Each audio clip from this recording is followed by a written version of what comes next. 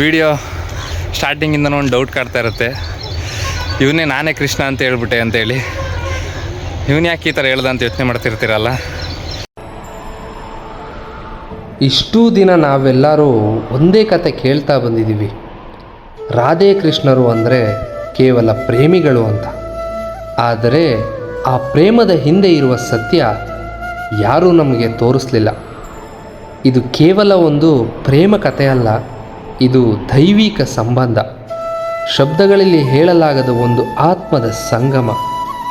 ನಾವು ಕೇಳಿದ ಕಥೆಗಳಲ್ಲಿ ಅವರು ಒಂದಾಗಲಿಲ್ಲ ಅಂತ ಹೇಳ್ತಾರೆ, ಆದರೆ ನಿಜ ಏನು ಗೊತ್ತಾ, ಅವರು ಕೇವಲ ಪ್ರೇಮಿಗಳು ಮಾತ್ರ ಅಲ್ಲ, ಅವರು ಒಂದು ಆತ್ಮ, ಒಂದು ಶಕ್ತಿ ಹಾಗೂ ಒಂದು ಸತ್ಯ. ಇವತ್ತು ನಾನು ನಿಮಗೆ ತೋರಿಸ್ತಾ ಇದ್ದೀನಿ ಯಾರಿಗೂ ಗೊತ್ತಿಲ್ಲದಂತಹ ರಾಧೆ ಕೃಷ್ಣರ ಮದುವೆಯ ರಹಸ್ಯ. ಈಗ ನಾನು ಹೋಗ್ತಾ ಇರೋಂಥ ಜಾಗ ಬಂದು ತುಂಬ ಅಂದರೆ ತುಂಬ ಇಂಪಾರ್ಟೆಂಟ್ ಜಾಗ. ನನಗೆ ಮಾತ್ರ ಅಲ್ಲ, ಇಡೀ ಪ್ರಪಂಚಕ್ಕೇನೆ ಆ ದಿನ ಬರಬೇಕು ಅಂತ ಕಾಯ್ತಿದ್ದಂಥ ಜಾಗ. ಸೊ ಅದು ಯಾವ ಜಾಗ ಅಂತೇಳಿ ನಾನು ತೋರಿಸ್ತೀನಿ.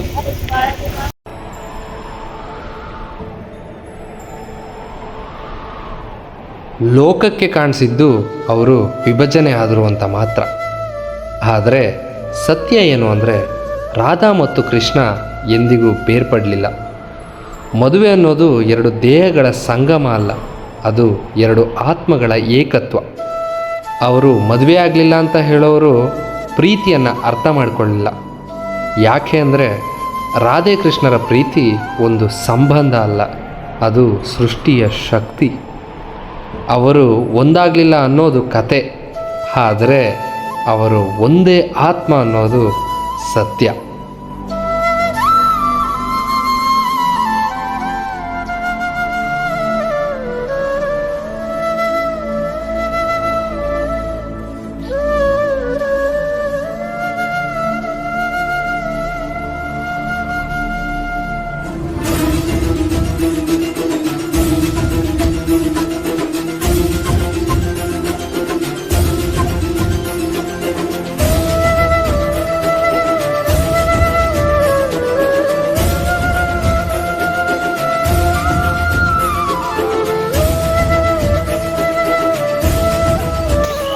ತುಂಬ ಸಮಯದಿಂದ ನಾನು ಬಹಳ ಕಾಯ್ತಿದ್ದಂತಕ ಹಾಗೂ ಇಡೀ ಜಗತ್ತೇ ಕಾಯ್ತಿದ್ದಂಥ ಜಾಗ ಬಂದಿದೆ.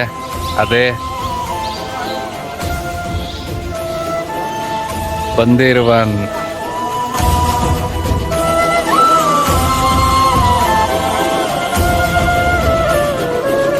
ಇದೇನಂತಂದರೆ, ನಿಮ್ಮೆಲ್ಲರಿಗೂ ನಾನು ಹಾಗೂ ರಾಧಾ ಬರೀ ಪ್ರೇಮಿಗಳು ಅಂತ ಮಾತ್ರ ಗೊತ್ತು. ಆದರೆ ನನಗೂ ರಾಧಾಗೂ ಮದುವೆ ಆಗಿದೆ ಅಂತ ಯಾರಿಗೂ ಅಷ್ಟು ಗೊತ್ತಿಲ್ಲ. ಸೊ ಸ್ವತಃ ಬ್ರಹ್ಮ ಅವರೇ ಸಾಕ್ಷಿಯಾಗಿ ಈ ಮದುವೆನ ಮಾಡಿಸ್ತಾರೆ. ಇದೇ ಜಾಗದಲ್ಲಿ, ಇದೇ ಮರ ಕೆಳಗೆ ಇಡೀ ಈ ವನನ ಅಲಂಕಾರ ಮಾಡಿ ಇಲ್ಲಿ ಮದುವೆ ಮಾಡಿಸ್ತಾರೆ. ನೋಡಿ, ಇದೇ ಆ ಜಾಗ. ಇಲ್ಲೇ ನಡೆದಿದ್ದು ಒಂದು ಸಾಮಾನ್ಯ ಘಟನೆ ಅಲ್ಲ. ಲೋಕಕ್ಕೆ ಗೊತ್ತಿರೋದು ರಾಧೆ ಕೃಷ್ಣ ಮದುವೆ ಆಗಲಿಲ್ಲ ಅಂತ. ಆದರೆ ಕೆಲವು ಪುರಾಣಗಳಲ್ಲಿ ಬೇರೆ ಕಥೆನೇ ಇದೆ. ಕೃಷ್ಣ ಸಾಮಾನ್ಯ ವ್ಯಕ್ತಿ ಅಲ್ಲ, ಆತನು ಸ್ವತಃ ನಾರಾಯಣ. ರಾಧೆ ಸಾಮಾನ್ಯ ಪ್ರೇಮಿಯಲ್ಲ, ಆಕೆ ಲಕ್ಷ್ಮಿಯ ಅವತಾರ. ನಾರಾಯಣ ಮತ್ತು ಲಕ್ಷ್ಮಿ ಯುಗ ಯುಗಗಳಿಂದಲೂ ಒಂದೇ. ಆದರೆ ಈ ಜನ್ಮದಲ್ಲಿ ಅವರ ಪ್ರೀತಿ ಮಾನವ ರೂಪದಲ್ಲಿ ಕಾಣಿಸಿತು. ಅದನ್ನು ನೋಡಿದ ಬ್ರಹ್ಮ ಒಂದು ಸತ್ಯ ಅರ್ಥ ಮಾಡಿಕೊಂಡ. ಈ ದೈವಿಕ ಸಂಬಂಧ ಕೇವಲ ಪ್ರೇಮಿಯಾಗಿ ಉಳಿಬಾರದು, ಇದು ಸೃಷ್ಟಿಯ ಶಕ್ತಿಯಾಗಿ ಸ್ಥಾಪನೆ ಆಗಬೇಕು ಅಂತ ಬ್ರಹ್ಮನೇ ಸ್ವತಃ ಇಲ್ಲಿಗೆ ಬಂದು ಯಾವ ಮಂಟಪ ಇಲ್ಲದೇನೆ, ಯಾವ ಯಜ್ಞ ಇಲ್ಲದೇನೆ ದೇವರ ಸಮ್ಮುಖದಲ್ಲಿ ಈ ಮದುವೆ ನಡೆಸ್ಕೊಟ್ರು. ಇಲ್ಲೇ ರಾಧೆ ಮತ್ತು ಕೃಷ್ಣ ಒಬ್ಬರ ಮುಂದೆ ಒಬ್ಬರು ನಿಂತಿದ್ರು. ಬ್ರಹ್ಮ ಸಾಕ್ಷಿಯಾಗಿ ಆತ್ಮಗಳ ಸಂಗಮ ಇಲ್ಲಿ ನಡೆದಿತ್ತು. ಈ ಮದುವೆ ಯಾಕೆ ಅಂದರೆ ಅವರ ಪ್ರೀತಿ ಕೇವಲ ಕಥೆಯಾಗಿ ಉಳಿಬಾರದು, ಅದು ಶಾಶ್ವತ ಸತ್ಯ ಆಗಿ ಉಳಿಬೇಕು ಅಂತ ಲೋಕಕ್ಕೆ ಕಾಣದಂತೆ ಈ ದೈವಿಕ ಮದುವೆ ನಡೆಯಿತು.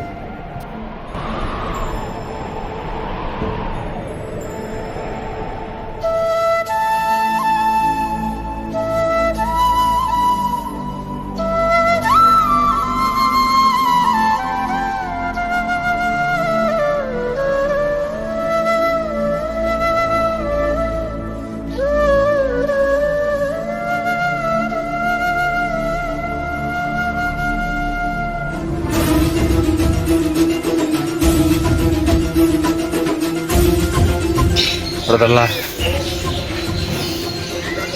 ಅವಾಗಲೂ ಇದೇ ಥರ ಬ್ರಹ್ಮ ಅವರು ಪೂರ್ತಿ ಅಲಂಕಾರ ಮಾಡಿ ಆ ಮರದ ಕೆಳಗಡೆ, ಇದೇ ಮರದ ಕೆಳಗಡೆ ಮದುವೆ ಮಾಡ್ತಿದ್ದು. ಮತ್ತೆ ಈ ಜಾಗ ನೋಡೋದಕ್ಕೆ ಭಾಳ ಖುಷಿ ಆಗುತ್ತೆ. ಹಾಗೆ ಎಷ್ಟೊಂದು ಜನ ಗೊತ್ತೇ ಇಲ್ವಲ್ಲ ನಂದು ರಾಧಾದು ಮದುವೆ ಆಗಿತ್ತು ಅಂತ. ಸೊ ಅದಕ್ಕೆ ಈ ಬಂದಿರುವನ್ನೇ ಸಾಕ್ಷಿ. ನೋಡಿ, ಮಕ್ಕಳುಗಳು ಗಿಳಿ ಜೊತೆ ಆಟ ಆಡ್ತಾ ಇದ್ದಾರೆ.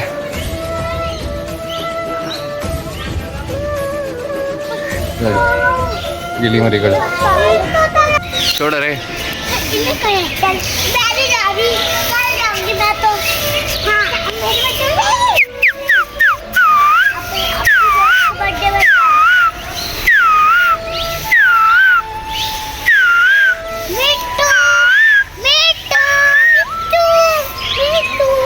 आता है इधर, वो आता है. ಹಾಂ, ಸೊ ಫೈನಲಿ ಎಲ್ಲ ಜಾಗನೂ ನೋಡಿದ್ರಿ ಅನಿಸುತ್ತೆ. ಆದರೂ ನಿಮಗೆ ವಿಡಿಯೋ ಸ್ಟಾರ್ಟಿಂಗಿಂದನೂ ಒಂದು ಡೌಟ್ ಕಾಡ್ತಾ ಇರುತ್ತೆ, ಇವನೇ ನಾನೇ ಕೃಷ್ಣ ಅಂತ ಹೇಳ್ಬಿಟ್ಟೆ ಅಂತೇಳಿ. ಇವನು ಯಾಕೆ ಈ ಥರ ಹೇಳ್ದ ಅಂತ ಯೋಚನೆ ಮಾಡ್ತಿರ್ತೀರಲ್ಲ. ಏನಿಲ್ಲ, ವೃಂದಾವನ, ಬರ್ಸಾನ, ಮಥುರಾ, ಗೋಕುಲನೆಲ್ಲ ನೀವು ನೋಡಬೇಕು ಅಂತಂದರೆ ಇಲ್ಲಿ ಕೃಷ್ಣನ ನೋಡೋದಕ್ಕೆ ಅಂತ ನೀವು ಬರ್ತೀರಾ ಅಂತಂದರೆ ಆಗಲ್ಲ. ಯಾಕಂದರೆ ನೀವು ಇಲ್ಲಿಗೆ ಬರಬೇಕು ಅಂದರೆ ಶ್ರೀ ರಾಧಾರಾಣಿ ಪರ್ಮಿಷನ್ ಇದ್ದರೆ ಮಾತ್ರ ಈ ಊರಿಗೆ ಬರ್ಬೋದು ಅಂತ ಎಲ್ಲ ಹೇಳ್ತಾರೆ. ಅದು ಸತ್ಯ ಕೂಡ. ಹಾಗೆ ಪ್ರತಿಯೊಬ್ಬರಲ್ಲೂ ಶ್ರೀಕೃಷ್ಣ ಇದ್ದೇ ಇರ್ತಾರೆ. ಸೊ ಪ್ರತಿ ನರನಲ್ಲೂ ನಾರಾಯಣ ಇದ್ದೇ ಇರ್ತಾರೆ, ಪ್ರತಿ ನಾರಿಯಲ್ಲೂ ನಾರಾಯಣಿ ಇದ್ದೇ ಇರ್ತಾರೆ. ಸೊ ಆದ್ದರಿಂದ ಕೃಷ್ಣನ್ನ ನಿಮ್ಮೊಳಗೆ ನೀವು ಹುಡ್ಕೊಂಡು ಇಲ್ಲಿಗೆ ಬರ್ತೀರಾ ಅಂದರೆ ಮಾತ್ರ ನಿಮ್ಮನ್ನು ನೀವು ಹುಡುಕ್ಬೋದು. ಇದು ನಾನು ಹೇಳ್ತಿರೋ ಮಾತು ಸತ್ಯ ಅನ್ನೋದಕ್ಕೆ ಅಚಾನಕ್ಕಾಗಿ ಬಿಸಿಲಿದೆ, ಆದರೆ ಮಳೆ ಬರ್ತಾ ಇದೆ. ನಿಮಗೆ ಕಾಣಿಸ್ತಾ ಇದೆಯಲ್ಲೋ ಗೊತ್ತಾಗ್ತಿಲ್ಲ. ಬಿಸಿಲಿದೆ, ಮಳೆ ಬರ್ತಾ ಇದೆ ನೋಡಿ ಅಲ್ಲಿ.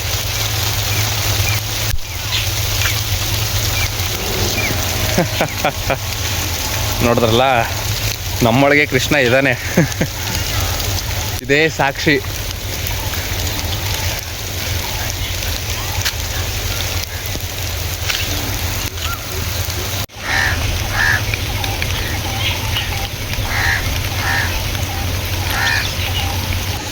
ಮಳೆನೂ ನಿಲ್ತು, ಹಾಗೆ ನನ್ನ ವೃಂದಾವನದ ಯಾತ್ರೆಯೂ ಇಲ್ಲಿಗೆ ಮುಗೀತು. ದ್ವಾಪರ ಯುಗದಲ್ಲಿ ವೃಂದಾವನದಲ್ಲಿ ಶ್ರೀಕೃಷ್ಣರು ಲೀಲೆ ಎಲ್ಲನೂ ಮಾಡಿದ ಮೇಲೆ ನೆಕ್ಸ್ಟ್ ಹೋಗೋದು ತಮ್ಮ ನಗರ ಕಟ್ಟೋದಕ್ಕೆ, ಅಂದರೆ ದ್ವಾರಕ ನಗರ ಕಟ್ಟೋದಕ್ಕೆ ಹೋಗ್ತಾರೆ. ಸೊ ಇಲ್ಲಿಗೆ ಈ ವೃಂದಾವನದಲ್ಲಿ ಏನೇನು ಲೀಲೆಗಳು ಮಾಡಿದರೋ ಅದೆಲ್ಲ ಇಲ್ಲಿಗೆ ಮುಗಿದಿರುತ್ತೆ. ಸೊ ಹಾಗೆ ನನ್ನ ಪಯಣನೂ ಇಲ್ಲಿ ಮುಗಿದಿದೆ. ಸೊ ನೀವು ಇಲ್ಲಿ ಬಂದು ನೋಡಬೇಕು ಅಂತಂದರೆ ತಮ್ಮೊಳಗಿರೋ ಕೃಷ್ಣನ ಎಚ್ಚರಿಸ್ಕೊಂಡ್ರೆ ಮಾತ್ರ ಇಲ್ಲಿ ಬಂದು ನೋಡೋದಕ್ಕೆ ಸಾಧ್ಯ. ಹಾಗೆ ಎಲ್ರಿಗೂ ಖುಷಿಯಾಗಿತ್ತು ಅಂತಂದರೆ ನೀವಿರೋ ಜಾಗದಿಂದನೇ ಪ್ರೀತಿಯಿಂದ ಹೇಳಿ, ರಾಧೇ ರಾಧೆ, ಹರೇ ಕೃಷ್ಣ ಕೃಷ್ಣ ಕೃಷ್ಣ ಹರೇ ಹರೇ, ಹರೇ ರಾಮ ರಾಮ ರಾಮ ಹರೇ ಹರೇ.